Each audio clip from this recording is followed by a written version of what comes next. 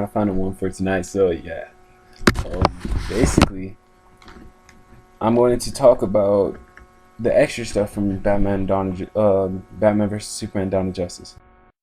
I'm going to talk about pretty much Aquaman, the Justice League members, and some that weren't included, and some that will not be in the Justice League movie, or probably will make a cameo at the end of the Justice League movie. And I will talk about those. So first off, I'm gonna start in order that they pretty much showed up in the Flash. The Flash, Back to the Future, kind of, yeah, just running from through time and everything like that.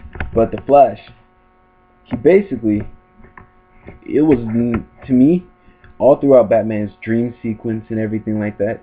Batman was idealizing Superman as a bad person.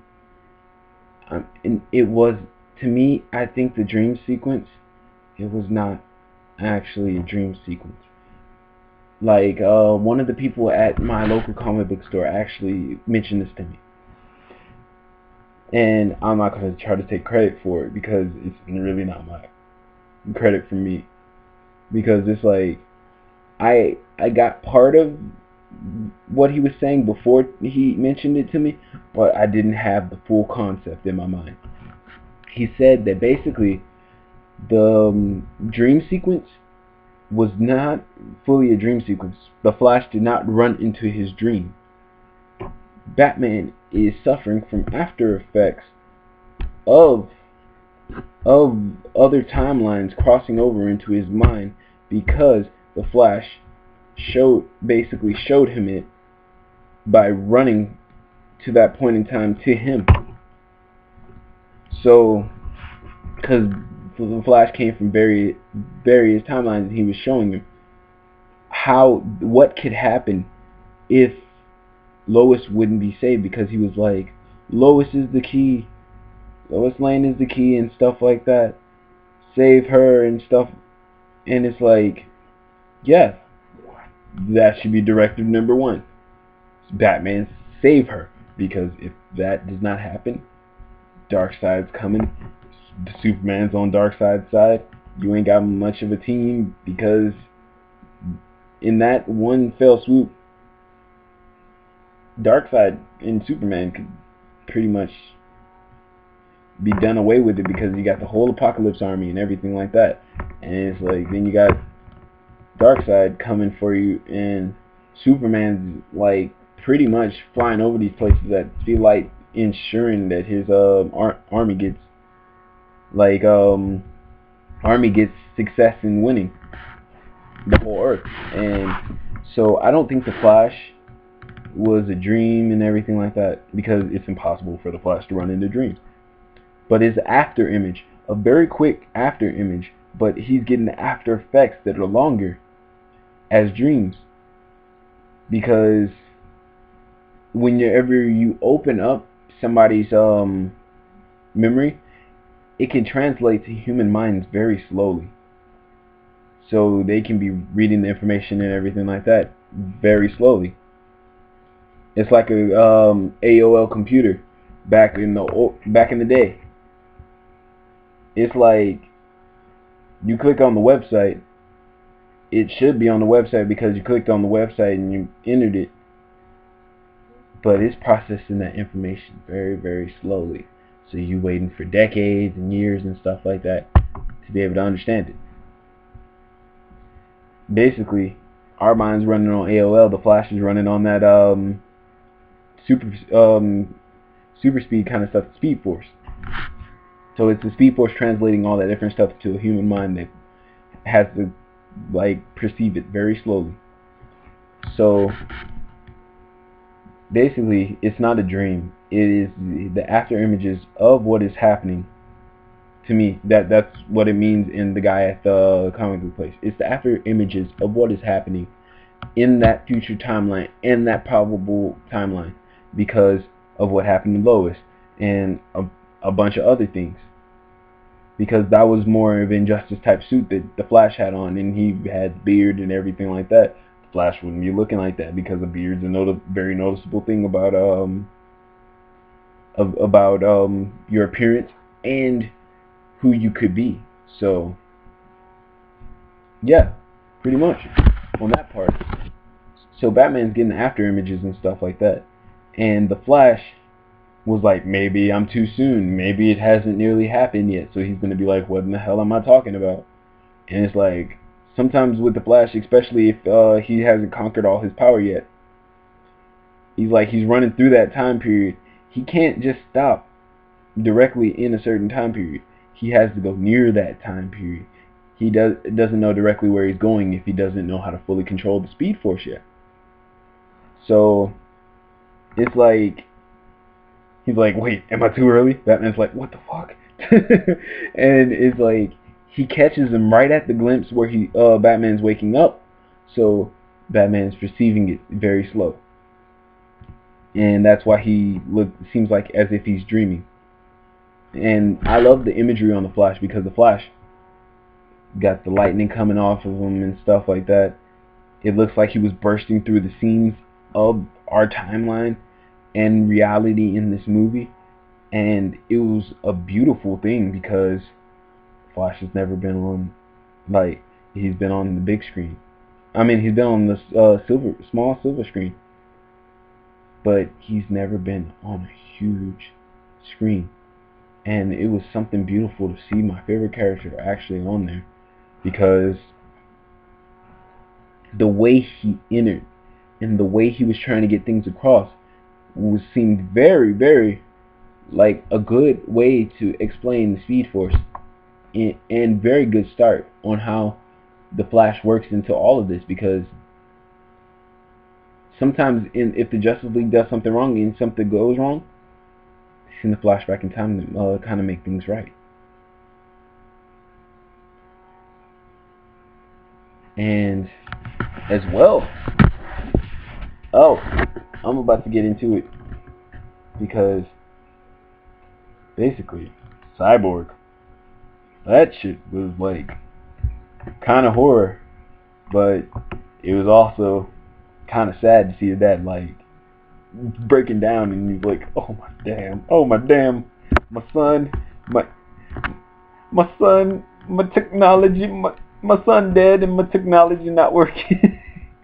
It was just a back and forth in that, pretty much, and it was really, it's not funny, but it's also funny in the same sense. And it's because it's like, that's the first time seeing Cyborg on the big screen, and it's like, it's funny because everybody thought it would be a failure on the Cyborg part, pretty much, because it was like, oh, they're gonna give him a low budget suit, they're not gonna put time into him, they're not gonna actually think it through. Well, to be politically correct, the movie happened, and it fucking was right. It was right. And it was a really cool thing, because to see his son on the board and in the mother box, yeah, we're going to go with mother box, because it'd be better to explain it in a Justice League movie what it was, how it happened and stuff like that, than explain it too soon. Everybody's like, what the fuck is a mother box? And then you have to explain it in the next movie. Nah, it's better to explain it in Justice League. Leave it a mystery until it's needed, because Darkseid's going to look him over, and he's going to be like, you got mother box energy coming all over you and stuff like that. And it's like, you're from our technology, pretty much. And that's going to be like a really cool thing, because to be able to see him experience that, to be able to see him like have that crossover happenings into one big thing happening with Darkseid, that'd be a great interaction. So like, I'm definitely looking forward to that, because Darkseid's going to be treating him like he's tech. He's going to be wanting to be human, and it's like, that put into a great character development in the next movie. Then you got Aquaman. I don't care what nobody says, Yeah, you're gonna be awkward if you're in the water and you're trying to act out your whole damn gist, like right in those moments when and especially if a damn robot's in front of you, it's not a human. How you gonna act in front of a robot when it's underwater, following you, tracking you? It's like you're gonna react to it really weird. You're gonna be like, stay the fuck back. Yeah, yeah. It's like you don't want to stay. Okay, and shoot him like a torpedo out of the water, and it's like that was a clean moment because it actually looked like he lived underwater. It didn't look like he was misplaced or anything like that. And it's like he just had like he had a scowl on his face, and he was like, what in the heck is this? Like, okay, land dwellers, you crazy mother. And it's like it goes back to the roots of Atlanteans in a sense, but I think they're going to show Atlanteans also in the tech savvy parts, where it's going to bring up very good, very good moments in the future, where it's like Aquaman doesn't rely directly on the tech, and he doesn't rely directly on the water powers and stuff like that, but he also does have some sort of knowledge about tech and stuff like that, just like Atlanteans do. So Aquaman was not awkward in that movie. It was a really good moment and stuff like that. It's just people are still a little bit stale on Aquaman as a total, and they don't realize him as a badass character because they forget that Aquaman has super strength, super speed. He can jump. He could jump like the freaking Hulk if he wanted to, and he also rides fucking sharks. It's like everybody was waiting for that moment where it was like, oh, he just walks out of he comes out of the sea on like a whale, and then like sharks fire up out of the water. It's like, nah, you saved that for a Justice League moment. You saved that for Darkseid. You saved that for Darkseid. You don't take that. No, you do not waste a moment as precious as that on a cameo. You make that whenever that dude comes out, and when he comes out, he be ready, and whenever he's ready, you like shoot the sharks out. You even like have a magic carp come out the water, and you like have him flop around, and then like Darkseid's like, what in the hell is that? And he's like, magic carp returns. And that'd make an amazing part for the movie. And it's like it'd be good moments because Aquaman, he's a diplomat. He's not only a king, he's a well-spoken person, a diplomat, a very smart person in total. I think Jason Momoa, in his normal way that he's a very sociable person, and he is very fun. And James Wan even said for the movie that they're going to be very fun and interactive and stuff like that. And I trust James Wan as a person because James Wan, and as a director because James Wan is a very creative mind. And he takes steps to make things fun in movies where it wouldn't normally be fun, but also put the mythology and the creativity that nobody else puts forward into movies. And that's why most people like James Wan in the first place. And I'm definitely looking forward to Aquaman in Justice League and his own movie and stuff like that. And pretty much Aquaman is going to be a very valuable member of the team. He's going to introduce a whole new world, and he's going to introduce another fighter to the actual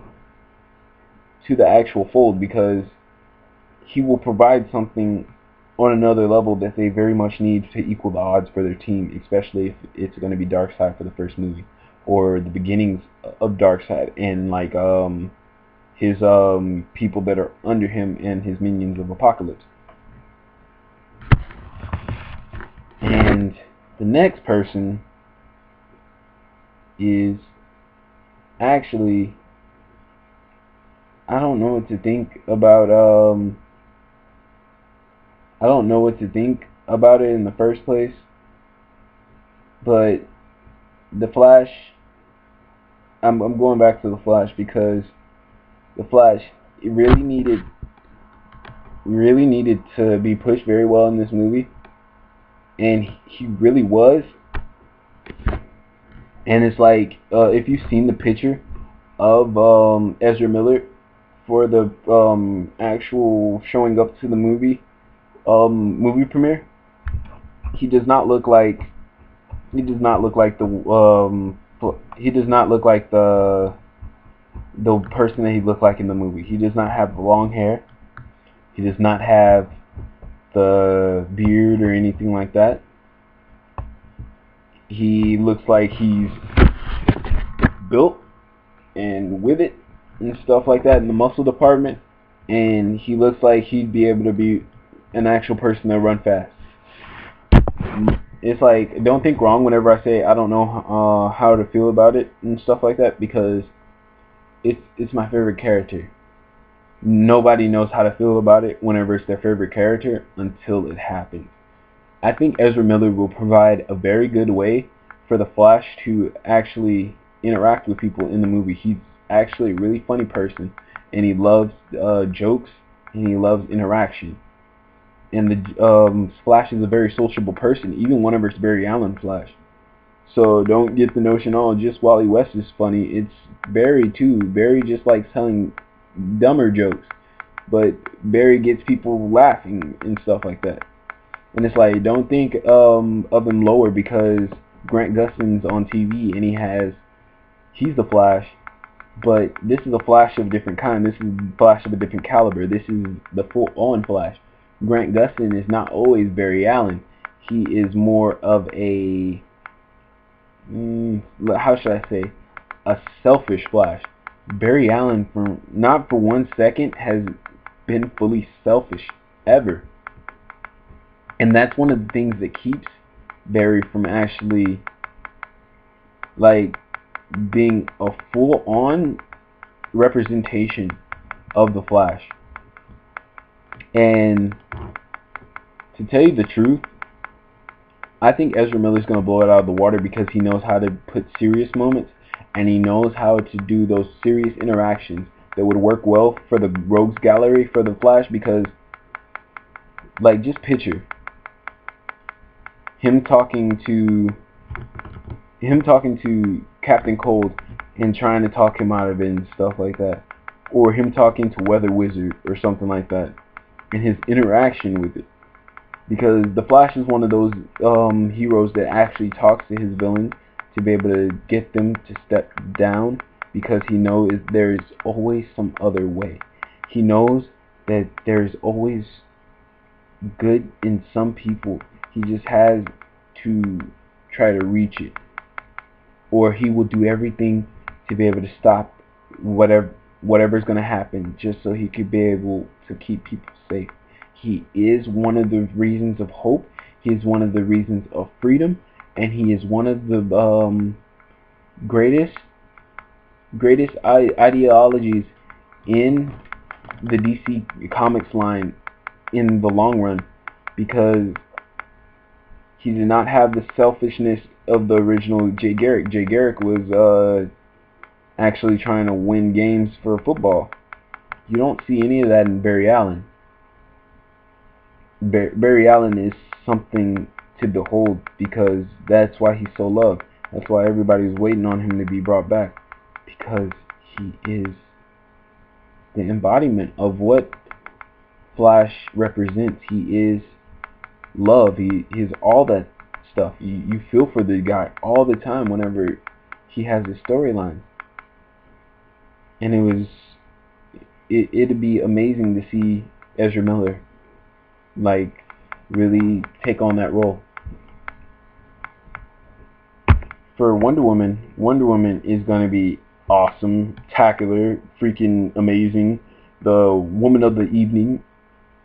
Like, she's going to be the woman of the decade. She's going to be, like, pretty much centerfold everything for DC. pretty much in these movies because the way she represented herself in all of it was amazing. That was Wonder Woman. It's like, I don't care what people will say. It's like she will fit in well to her movie. She will fit in well to the Justice League. And it's like, and this whole thing about diversity in Wonder Woman. Okay, here's your big picture that you're gonna look at for a second. Like, here's your eye. Look at the big picture. Put your face against the put your face against the screen, because yeah, you're gonna really need to listen and put your ear to the mic or whatever, or sound box, whatever the hell it's called, and just listen really closely. Wonder Woman's sister and many of the Amazonians have always been depicted as very diverse. They've been drawn different ways every single time in most of the actual versions and ways that the comic has been shown. Wonder Woman's sister is actually African, and she claims to be the actual Wonder Woman. She actually had a period of time where she was Wonder Woman and helped the League out for a while. Wrap your minds around that. Yeah, Wonder Woman was black for a second. And it's like, and she hasn't been used in the recent continuities, but she is a part of the DC Comics history. And to me, she is a very, very great part of the DC Comics history, because this woman is Wonder Woman times like 2. But Wonder Woman has more of a leveled head. This woman is, she's down for the female power, and it'll be amazing to see all the diverse versions of the characters, because one of the creators actually said for one of the comic book runs of Wonder Woman that the original idea for Wonder Woman and the Amazonians were that the immediate family would be the same race as Wonder Woman, so it can be able to fit together well. But different characters entangling with Wonder Woman and the Amazonian people as a total, it would be explained as an amalgam of the Greek mythology. It would be also the Chinese stories about women soldiers that had a collective together that would actually be superior to men fighters and be pro-female and stuff like that, and they would fight for their own. And it's a mixture of all these different cultures and stories that have came over our history about the Amazonian type people. And it's like, including Paradise Island, that's put after many different cultural stories of paradise in the first place. Never has it been primarily focused on color, and that it would focus on just white as a total, because Wonder Woman is Greek. She may speak like an American sometimes. She may act like an American. She may dress like one, even though dressing like one that's not totally dressing like one, because the stars and stripes and all that different stuff came from many different people, including the Greeks. The Greeks had the blue skies and the stars before we did, and as well as the eagle. So you can't claim that as your own if there were prior cultures that had it. And so basically, the diversity is going to be there. Don't ever try to limit somebody based off of your own perspectives on your own prejudice, because that is not fair to anybody, especially if the creators intended for many different cultures to inspire it in the first place. So now that I've gotten past that, Wonder Woman's going to be good. I'm going to talk about Zack Snyder, what he said about the whole DC Justice League as a total.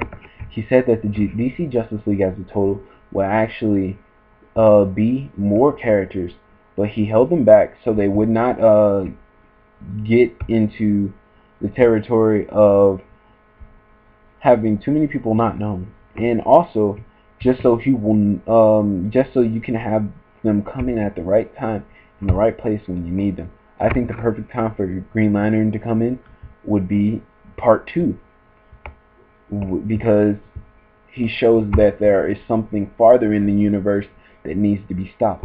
He is the basically the call to end all notions that we are alone in this universe fully. Like this full-on universe. He's the thing that shows up to say, oh, yeah, you got bigger problems on your hands. Earth is the primary target of many races now since you got past Darkseid. Because they want to try their strength in hand versus you. So, yeah, Earth problems. Yeah, deal with that. And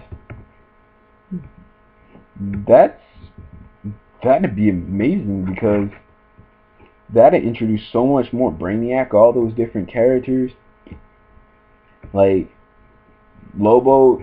The possibilities are endless. It's like anything can happen. A lot of villains can show up, and it's like just be ready for whenever it happens. And I think Manhunter is coming. Manhunter is gonna wait till after this Darkseid thing, most likely. And I think one person that's gonna keep on getting rejected in the future by the Justice League, Booster Gold. He's gonna be rejected multiple times. He's gonna make probably appearances all over the comics. I mean, like, not all over the comics, all over the movies.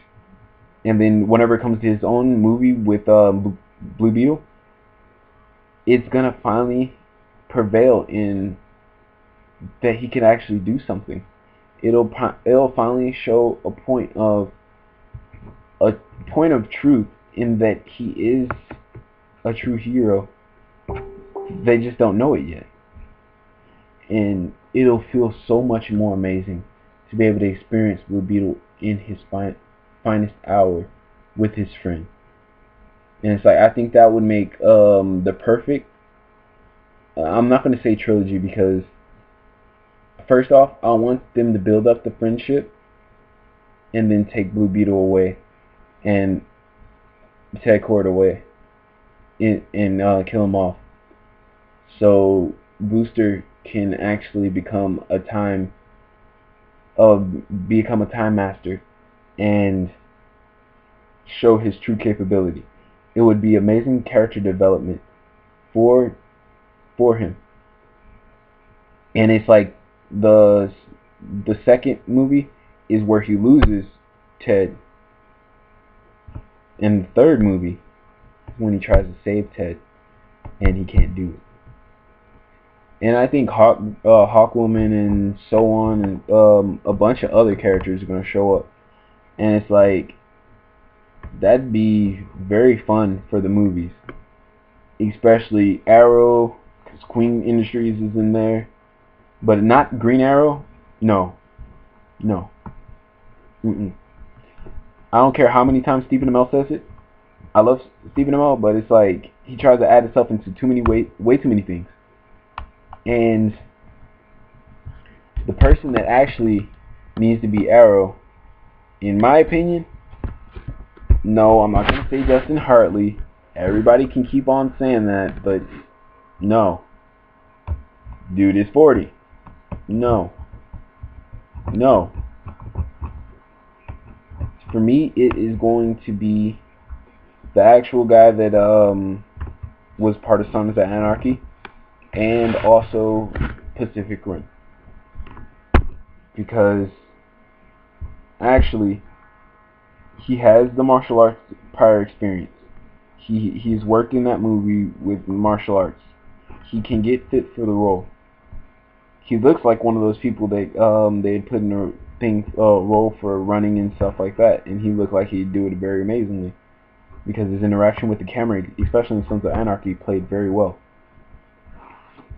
And I think he would be a great member of the Justice League. And it's like, I know I'm missing a bunch of other ones, but I'm just saying like obscure, smaller Justice League people, because it's like, it's basically the smaller people that fine-tune it and make the interactions great for the big people. So, like, that's why I'm naming a few, like, people that don't have powers and stuff like that, because they're the ones that make it tick for the Justice League in the first place. That's how everything gets done. Everything gets known, because you only know so much when you're like you're one of those super people that fly around and stuff like that. The street level ones get all the information because that's just how they work. And then they work for that kind of stuff. They know how to get answers out of people. And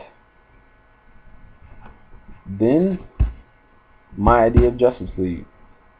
I think Zack Snyder is okay with it, but I think that they should give George Miller the ability to be able to put together the stories throughout each movie. So, because George Miller put together the Mad Max movies very well together and had the characters exchange very well with one another. George Miller is very experienced in these different things. And George Miller can now also make Zack Snyder a better director. And Zack Snyder working with him would be very good for his future career, because he would fix the things that Zack Snyder cannot do. And it'd be very good for George Miller to pass this on to another action director who already has the visionary side on. It's just, it pass it on to somebody that really needs the story. Because if Zack had the story, Zack would be on the Oscars on this day. On every year of the Oscars as somebody nominated. That's how good his visionary side is. He just misses on the like actual dialogue and stuff like that side. He did very well with Batman versus Superman, Dawn of Justice, but to be able to make it amazing and great, you have to learn from somebody like George Miller. You have to take the time to actually learn from these people. And the last thing I would like to talk about is Batman. Because we already know Superman's going to be Superman for Justice League. We know. He's dead right now, so we're going to save that for another topic. But Batman. Bruce, I was going to call him Bruce. Ben Affleck. Yeah, I'm called Ben Affleck Bruce Wayne. They're the same person to me now. But basically, Ben Affleck, he's talking about he's thinking about directing it with Geoff Johns working with him on the script. Bruh, that is the most amazing thing I've heard, because he literally, like, the other two for Batman versus Superman Dawn of Justice, they did a comment on the Rebirth stuff, and they did it for the video package. They seemed like they were still learning whenever they were talking about they're excited for the Rebirth. But Ben Affleck actually, he sounded super genuine, because he is a comic book fan. He said, "I will read anything with Geoff Johns in it, because that man is amazing." And it's like, Ben Affleck as a director, he already knows how to get suspense and thriller and everything like that, and he also had his say-so in the scenes with Batman. And it's like, you can see where that took over. And it's like, just picture that horror Batman from the first scene of the movie throughout the whole movie, with different emotional parts that Ben Affleck adds in that he has in his own movies, like The Town, all those different Gone Baby Gone, like Gone Girl. Dude, that'd be so good for everybody. The emotion in the air would be something to hold for those movies. So pretty much DC Universe is coming up. I hope you're ready. I'm ready. Like, I'm ready. Like, I will stand outside. I will buy the tickets. Like, I will buy the tickets months in advance, everything like that, just to see this work, because I have faith in it. I want it to work. I want to see it work. So pretty much, keep on your toes, get going, and hope that the DC Universe comes together.